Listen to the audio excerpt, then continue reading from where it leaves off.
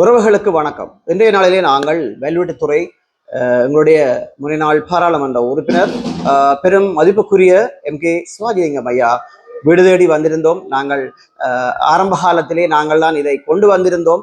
எங்களுடைய சிவாஜிலிங்கம் ஐயாவுக்கு உடல்நிலை சரியில்லாத பட்சத்தில் நாங்கள் பல தடவை இப்படியான இதுகளை கேட்டபோது நாங்கள் ஊடகங்கள் ஊடாக இது சம்பந்தமாக நாங்கள் ஊடகங்கள் ஊடாக மக்களிடம் உதவி கேட்போம் என்று கேட்டபோது ஐயா உடனடியாக சொன்னார், இல்லை அப்படி ஒன்று தேவையில்லை, எனக்கு அது தேவையில்லை அப்படி என்று சொல்லி நாங்கள் பிறகு இது சம்பந்தமாக கொஞ்சம் போஸ்ட் பண்ணி இது சம்பந்தமாக நாங்கள் கேட்ட பிறகுதான் சரி ஓகே செய்வோம் என்று சொல்லி ஒரு முடிவுக்கு வந்தார். அந்த வகையிலே நாங்களும் எங்களுடைய சில ஊடகங்கள் ஊடாக இந்த அறிவுறுத்தலை வழங்கியிருந்தோம். அந்த வகையிலே கிட்டத்தட்ட ஒரு வாரத்துக்குள் நாங்கள் இந்த எங்கள் ஊடகங்கள் ஊடாக அறிவுறுத்தலை விட்டதுக்கு பிறகு ஒரு வாரத்துக்குள்ளே எங்களுக்கு போதிய அளவு ஐயாக்குரிய சிகிச்சைக்குரிய போதிய அளவு நிதிகள் எங்களுடைய புலம்பெயர் உறவுகளாலும் இங்கே இருக்கின்ற உறவுகளாலும் ஒரு பெரு மனதோடு அவர்களுடைய கொடைகளை அள்ளி வழங்கியிருந்தார்கள். அந்த வகையிலே அவர்களுக்கு இந்த காணொலி ஊடாக ஐயா நன்றி தெரிவித்திருக்கிறார். அந்த வகையிலே நாங்களும் அவர்களுக்கு பெரிய ஒரு நன்றியை கூறிக்கொண்டிருக்கின்றோம். அந்த வகையிலே தற்போது அந்த ஒரு உங்களுக்கு தெரியும், நாங்கள் முன்னாள் போராளி ஒருவரை நேர்காணல் ஊடாக நாங்கள் சந்தித்தோம். அவருக்கும் ஒரு கிட்னி பிரச்சனை ஒன்று இருந்தது. அவருக்கு உதவி செய்யும்படியாக கோரியிருந்தோம். ஆனால் பல ஊடகங்களிலே பல பேக் ஐடியல் ஊடாக ஒரு முரண்பட்ட கருத்துக்களை வழங்கி இருந்தார்கள். அந்த வகையிலே அதை நாங்கள் ஐயாவுக்கு எடுத்துரைத்தோம். அந்த வகையிலே உடனடியாக ஐயா அந்த எங்களுடைய காணொலியிலே கூறியிருக்கின்றார், கட்டாயம் அப்படியான ஒரு கருத்து முரண்பாடுகளை வைக்காதீர்கள். அவர்கள் எங்களுடைய இன்று அவர்கள் போராடினபடியாத்தான் நாங்கள் இன்று நிமிந்து இந்த இடத்திலே தலை நிமிந்து கதைத்துக் கொண்டிருக்கிறோம் என்பது திடமான செயல். போராளிகளை கைவிடக்கூடாது. எங்களுடைய போராளி மாவீரர் செல்வங்கள் வழிவந்தவர்கள் தான் போராளிகள். அந்த வகையிலே அவரை கைவிடக்கூடாது என்ற ஒரு கோரிக்கையையும் ஐயா இந்த இடத்திலே விட்டிருந்தார். அந்த வகையிலே உடனடியாக எங்களிடம் பணம் தந்து உடனடியாக அவருக்கு வைப்பிலிடும்படி கூறியிருந்தால் நாங்கள் உடனடியாக அவருடைய அக்கௌண்ட்டுக்கும் நாங்களுடைய வைப்பிலிட்டம் இட்டு உடனடியாக ரிஜிஸ்டர் வந்து கொடுத்திருந்தோம். சம்பந்தப்பட்டவருக்கு நாங்கள் தொலைபேசி ஊடாக அந்த தகவலை தெரிவித்திருந்தோம். அவரும் எங்களுக்கு தொலைபேசி ஊடாக தன்னிடம் காசு வந்து சேர்ந்து விட்டதாக தகவல் தெரிவித்திருந்தார். அந்த வகையிலே பெரிய ஒரு நன்றியையும் ஐயாவுக்கு சொல்லிக்கொண்டு இது ஒரு முன்னுதாரணமாகவே இருக்கிறது. அதை விட ஐயா இந்த காணொலியிலே கூறியிருக்கிறார் பல விஷயங்களை. அதாவது தன்னுடைய மருத்துவ செலவுக்கு பிறகு மீதமுள்ள காசை தான் என்னவெல்லாம் செய்ய போகிறேன், எப்படி எல்லாம் அதை செலவழிப்பேன் என்றது எல்லாத்தையும் ஒரு பெருமிதத்துடனே கூறியிருக்கிறார். உங்களுக்கு எல்லோருக்குமே தெரியும். அந்த வகையிலே கூடுதலான தகவலுக்கு காணொலிக்குள் வாருங்கள்.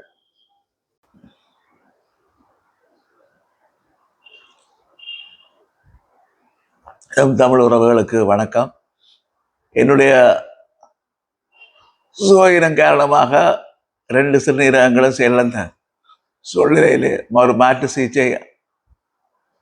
சிறுநீரக அறுவை சிகிச்சை செய்ய வேண்டிய காரணத்தால் எனக்கு பண உதவி தேவைப்படுவதாக ஊடகங்கள் வாயிலாக உள்ளது கோரிக்கை ஒரு வாரத்துக்குள்ளே நான் கேட்ட தொகையை அனுப்பி உதவி இருக்கிறார்கள். நான் தயக்கக்காரமாக 2 மாதங்களாக தயங்கி ஆரம்ப சிகிச்சைக்கான தொகையைத்தான் கேட்டிருந்தேன். அதன் பின்னர் தொடர் மருத்துவ சிகிச்சை கேட்கவில்லை. ஆனால் அதை சேர்த்து அனுப்பியது போல அனுப்பியிருக்கார்கள். ஆகவே இந்த உள்ளங்களுக்கு தமிழ் உறவுகளுக்கு கோடான கோடி நன்றியை நான் தெரிவித்துக் கொண்டு, அதே நேரத்திலே வங்கிகள் தங்களுடைய நடைமுறையை வைத்துக்கொண்டு எவ்வாறு பணம் அங்கிருந்து வந்தது அதுக்கான காரணங்களை தருமாறும் கேட்டிருக்கிறார்கள்.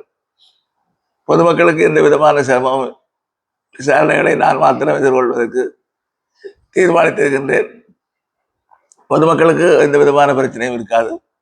அவ்வாறு பிரச்சனை ஏற்பட்டால் அவர்களுக்காக முகம் கொடுக்க வேண்டிய கடமை கட்டுப்பாடு எனக்கு இருக்கிறது. அதை நீங்கள் அறிந்து பொதுமக்களை இதை பற்றி தயக்க வேண்டியதில்லை. குறிப்பாக வெளிநாட்டிலிருந்து பணங்கள் ஏதாவது அமைப்புகள் ஊடாக அனுப்பப்படுகிறதா என்பதை பற்றியும் அவர்கள் தீவிரமான விசாரணை நடத்தி கொள்ளும். எதுவாக இருந்தாலும் இந்த உதவி செய்த அத்தனை பேருக்கும் நன்றியை கூறிக்கொண்டு, புதிதாக இனிமேல் நீங்கள் படத்தை தேர்ந்தெடுக்கான முயற்சிகளிலே ஈடுபட வேண்டாம் என்று கேட்டுக்கொண்டு இந்த படத்தை முழுமையாக விவரங்களை வெளியிடுவேன். அது மாத்திரமல்ல, இதிலே எனது செலவுக்கு போக மீதியா வருகின்ற பணத்தை வைத்துக்கொண்டு தமிழீழ தேசிய விடுதலை போராட்டத்துக்காக நினைவு சின்னங்களை அமைப்பதற்காகவும் பாதிக்கப்பட்டவர்களுக்கு நான் உதவிகளை செய்வதற்கும் தீர்மானித்திருக்கின்றேன். அந்த வகையிலே ஒரு மிகப்பெரிய ஒரு திருப்பு முனையை வெளிநாட்டில் இருப்பவர்கள் உணர்வாளர்கள் இங்கு இல்லை என்று 2 பேரும் போட்டியிடுவது போல இந்த உதவிகளை அனுப்பியிருக்கிறார். அது நெஞ்சத்தை நெகிழ வைத்திருக்கிறது. நான் மக்கள் எங்களை கைவிட்டு விட்டார்களா, இலட்சியத்தை, குறிப்பாக இலட்சியத்தை அவர்கள் மறந்து விட்டார்களா என்று கேட்ட கேள்விக்கு இல்லை, அவர்கள் நாங்கள் மறக்கவில்லை என்பதை மீண்டும் மீண்டும் உறுதிபட தெரிவித்திருக்கு. அந்த வகையிலே இனி அரசியலிலே ஈடுபடுகின்ற பொழுது எங்களுடைய சுயநங்கள் காரணமாக நீங்கள் ஓய்வு பெறலாம் என்று கூறியதை கூட நான் அதை பரிசீலிக்கலாம் என்று எண்ணி இருந்த பொழுது இப்போ இந்த அவர்கள் அந்த உதவிய செய்தி இல்லை, நீங்கள் ஒதுங்கக்கூட கடைசி வரை சேவையாற்ற வேண்டும் என்ற செய்தி சொல்லப்பட்டிருக்கிறது.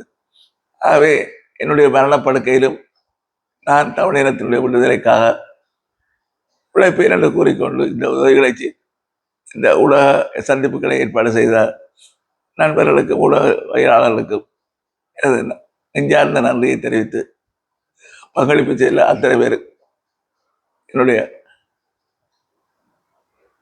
மனமார்ந்த நன்றிகளை கூறிக்கொள்ள விரும்புகிறேன். நன்றி, வணக்கம்.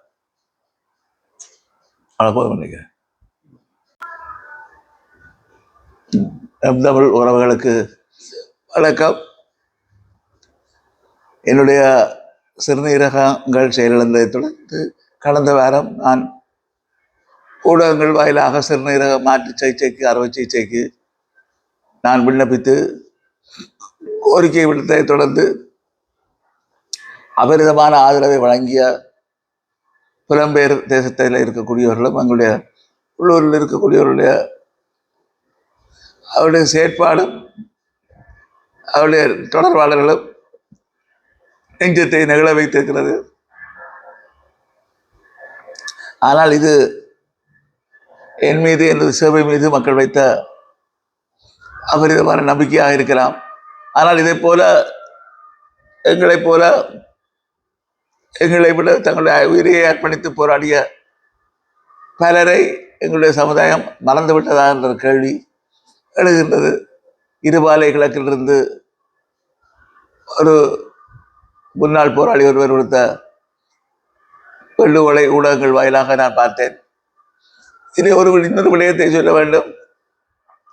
உதவி செய்யாவிட்டாலும் இல்லாத பரவாயில்லை, உபத்திரவம் செய்யாமல் இருக்க வேண்டும். சிவாஜிலிங்கம் இப்படி இருக்கின்றார், அவர் அப்படி இருக்கின்றார், அவருக்கு கொடுப்பது சரி, இவருக்கு கொடுப்பது பிழை என்று வர்ணிப்பது என்பது அவ்வாறானவர்களை இவ்வளவு அவருடைய போராட்டத்தை கொச்சப்படுத்துவதாக இருக்கிறது.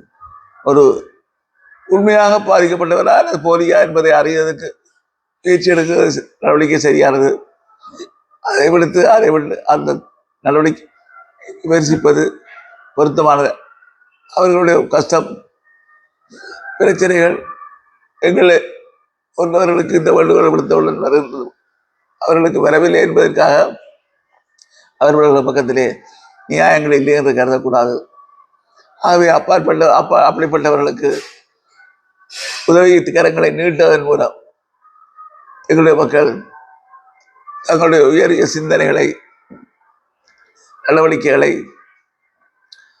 மக்களை கவரக்கூடிய விதத்தில் செய்ய வேண்டும். இது லட்சியத்துக்கு உரமூட்டும்.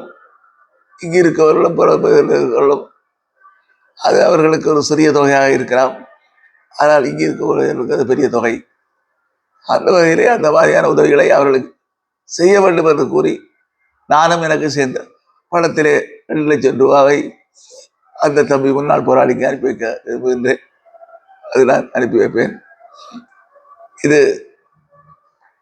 என்னுடைய 2 லட்சம் என்பது அவருக்கு தேவைப்படும் தொகையிலே மிகவும் சொற்ப தொகை இருந்தாலும் இது ஒரு அடையாளமாக மற்றவர்களுக்கு தெரிய வேண்டும். குடியளவிலே உதவி செய்ய முடியாவிட்டாலும் உபத்திரவம் இல்லாத இருக்க வேண்டும் என்பதற்காக இந்த முயற்சி. அந்த தம்பி அவர்களை இந்த குடும்பத்தை காப்பாற்றுவதற்கான பொறுப்பு எங்கள் எல்லோருக்கும் இருக்கிறது. இந்த தேசிய விடுதலைக்கு உதவாதவர்கள் சாதாரண பொதுமக்களுக்கு கூட அந்த காலத்திலே நான் தொழில் பார்த்து கொண்டிருந்தேன். பத்திரிகைகளில் வந்தவுடன் இப்பொழுதெல்லாம் சோசியல் மீடியா வந்தது போல இல்லை. நீங்கள் இந்த வங்கி கணக்குக்கு அனுப்பி வைங்கள், 1000 ரூபாய் 500 ரூபாய் நான் என்னுடைய சம்பளத்திலிருந்து அனுப்பியிருக்கின்றேன். அதுபோல இன மத பேதம் இல்லாமல் நாங்கள் அனுப்பியிருக்கின்றோம். இது எங்களுடைய உறவுகள் எங்களுடைய பிரச்சனையால் பாதிக்கப்பட்டவர்களுக்கு உதவி செய்ய வேண்டியது எங்களுடைய விசேட பொறுப்பாகும். அந்த விஷயத்திலே இந்த மாதிரியான பிரச்சனை சர்ச்சைகளை உருவாக்க வேண்டாம், விமர்சிக்க வேண்டாம் என்று தாழ்மையாக உங்களை பார்த்து கேட்டுக்கொண்டு நீங்கள் உங்களால் முடிந்த உதவியை செய்யும்.